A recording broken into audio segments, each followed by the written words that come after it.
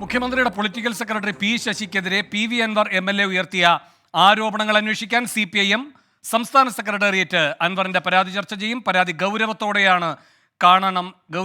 കാണണമെന്നാണ് നേതൃത്വത്തിലെ ധാരണ. B Dileep Kumar news ഡെസ്കിൽ നിന്ന് വീണ്ടും ചേരുന്നു വിലയിരുത്തലുമായി.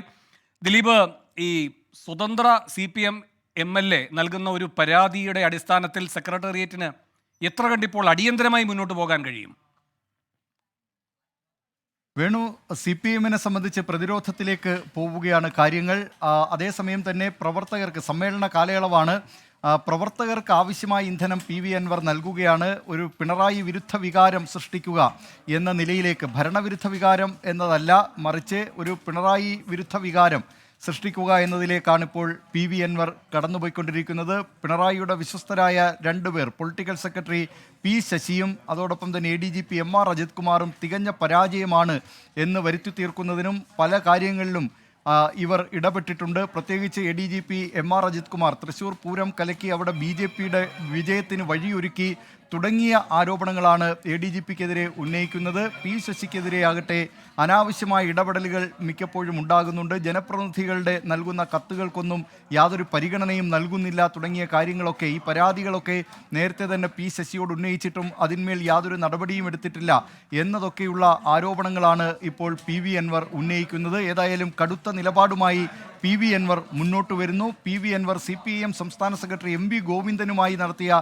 ചർച്ചയ്ക്കു ശേഷം പുറത്തിറങ്ങി വന്നാണ് മാധ്യമപ്രവർത്തകരോട് തൻ്റെ നിലപാട് ആവർത്തിച്ചത്. ഇന്നലെ മുഖ്യമന്ത്രി പിണറായി വിജയനെ കണ്ടതിനു ശേഷം പുറത്തേക്ക് വന്നപ്പോൾ PV അൻവർ നേരത്തെയുള്ള നിലപാടിൽ ചില അയവുകൾ വരുത്തിയിരുന്നു. പക്ഷേ ഇന്ന് അത്തരത്തിലുള്ള അയവില്ലാത്ത തരത്തിൽ പോരാട്ടം തുടരും എന്ന് തന്നെയാണ് PV അൻവർ പറഞ്ഞിരിക്കുന്നത്. ഏതായാലും CPIM-നെ സംബന്ധിച്ച് ഈ സമ്മേളന കാലയളവിൽ തുടങ്ങിയപ്പോൾ തന്നെ, ബ്രാഞ്ച് സമ്മേളനങ്ങൾക്ക് തുടക്കമായപ്പോൾ തന്നെ മുഖ്യമന്ത്രിയുടെ ഓഫീസിനെതിരെ, ആഭ്യന്തര വകുപ്പിനെതിരെ വലിയ തോതിലുള്ള വിമർശനങ്ങളാണ് PV അൻവർ നടത്തിക്കൊണ്ടിരിക്കുന്നത്. വേണു, ദിലീപ്, പാർട്ടിയുടെ സമ്മേളനങ്ങളാണ് നടക്കുന്നത്. നേരത്തെ ഈ VS-ന്റെ ഓഫീസുമായി ബന്ധപ്പെട്ട് രാജേന്ദ്രൻ അവിടുത്തെ വിവരങ്ങൾ ചോർത്തുന്നു എന്ന പരാതി VS-നുണ്ടായിരുന്നു. രാജേന്ദ്രൻ അതത് സമയങ്ങളിലെ വിവരങ്ങളെല്ലാം AK സെൻറ്ററിൽ എത്തിച്ചുകൊണ്ടിരുന്നു. പിന്നീട് KN ബാലഗോപാൽ വരുമ്പോൾ സമാനമായി പ്രവർത്തിക്കാൻ ബാലഗോപാലിന് സമ്മർദ്ദം നേരിട്ടു എന്ന വാർത്തകൾ ആ ഘട്ടത്തിൽ വന്നിരുന്നു. പിണറായിയുടെ കോടാലിക്കൈയായി EP പ്രവർത്തിച്ചു VS-നെതിരെ. ഇപ്പോൾ EP വീഴുന്നു. ഈ പൊളിറ്റിക്കൽ സെക്രട്ടറിയെ മാറ്റേണ്ട സാഹചര്യം പിണറായി നേരിടുന്നു. ഈ സമ്മേളന കാലയളവിൽ കാലത്തിൻ്റെ ഒരു കാവ്യനീതി കൂടി ഉണ്ടോ ഇതിൽ? വേണു, നേരത്തെ മുതൽ തന്നെ ഈ CPM അധികാരത്തിലെത്തുമ്പോഴൊക്കെ പാർട്ടിയാണ് പ്രധാനം, ഭരണത്തിൻ്റെ കടിഞ്ഞാൺ പാർട്ടിക്കായിരിക്കും എന്ന തരത്തിൽ തന്നെയായിരുന്നു പ്രവർത്തനങ്ങൾ. പലപ്പോഴും CPIM നേതൃത്വം ഈ ഭരണത്തിലൊക്കെ, മുൻകാല ഭരണങ്ങളിലൊക്കെ ഇടപെട്ട ചരിത്രമുണ്ട്.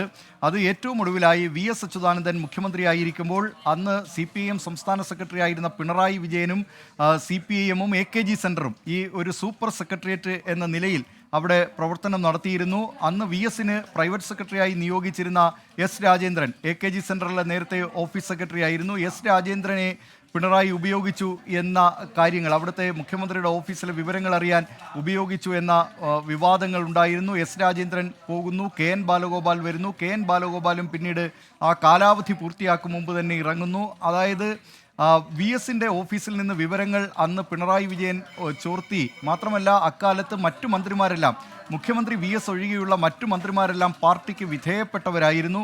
അത് പിന്നീട് പിണറായി വിജയൻ അധികാരത്തിലെത്തുമ്പോൾ കോടിയേരി ബാലകൃഷ്ണനായിരുന്നു സംസ്ഥാന സെക്രട്ടറി. കോടിയേരിയുമായുള്ള ആ സൗഹൃദം പാർട്ടി ഈ അധികാരത്തിലേക്ക്, ഭരണത്തിലേക്ക് പാർട്ടിയുടെ ഒരു നിയന്ത്രണമില്ലാത്ത നിലയിൽ പിണറായി തന്നെ സർവാധികാരി എന്ന നിലയിലാണ് ഭരണം കൊണ്ടുപോയിരുന്നത്. ഒന്നാം പിണറായി സർക്കാർ ഏറെക്കുറെ അങ്ങനെയായിരുന്നു. രണ്ടാം പിണറായി സർക്കാരും ഇതുവരെ ഇപ്പോൾ ഈ വിവാദം ഉയർന്നു വരുന്നതുവരെ ആ നിലയിൽ തന്നെയാണ്, പിണറായി തന്നെയാണ് CPM-ലെ അവസാന വാക്ക് എന്ന നിലയിൽ തന്നെയാണ് പോയിരുന്നത്. പക്ഷേ കഴിഞ്ഞ ലോക്സഭാ തെരഞ്ഞെടുപ്പിലെ പരാജയമാകണം CPIM നേതാക്കളുടെ കണ്ണു തുറപ്പിച്ചത്.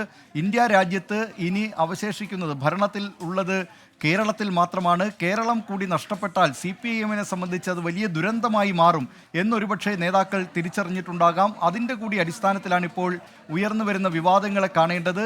ഈ വിവാദത്തിൻ്റെ ഒരു വശത്ത് CPIM നേതൃത്വമുണ്ടോ എന്ന കാര്യം സംശയിക്കേണ്ടിയിരിക്കുന്നു. EP ജയരാജനെ ഇടതുമുന്നണി കൺവീനർ സ്ഥാനത്ത് നിന്ന് നീക്കുന്നു. അതിനു പിന്നാലെ ഇപ്പോൾ PV അൻവർ നിരന്തരമായി സർക്കാരിനെ പ്രതിരോധത്തിലാക്കും വിധം, ആഭ്യന്തര വകുപ്പിനെ പ്രതിക്കൂട്ടിൽ നിർത്തും വിധമുള്ള ആരോപണങ്ങൾ ഉന്നയിക്കുന്നു. മുഖ്യമന്ത്രിയുടെ 2 വിശ്വസ്തർക്കെതിരെയാണ് ഈ ആരോപണങ്ങൾ ഉന്നയിക്കുന്നത്. അതുകൊണ്ട് തന്നെ CPIM നേതൃത്വം ഇതിലുണ്ടോ എന്ന, ഈ വിവാദങ്ങളിൽ ഉൾപ്പെട്ടിട്ടുണ്ടോ എന്ന കാര്യവും പരിശോധിക്കേണ്ടതാണ്. വേണു.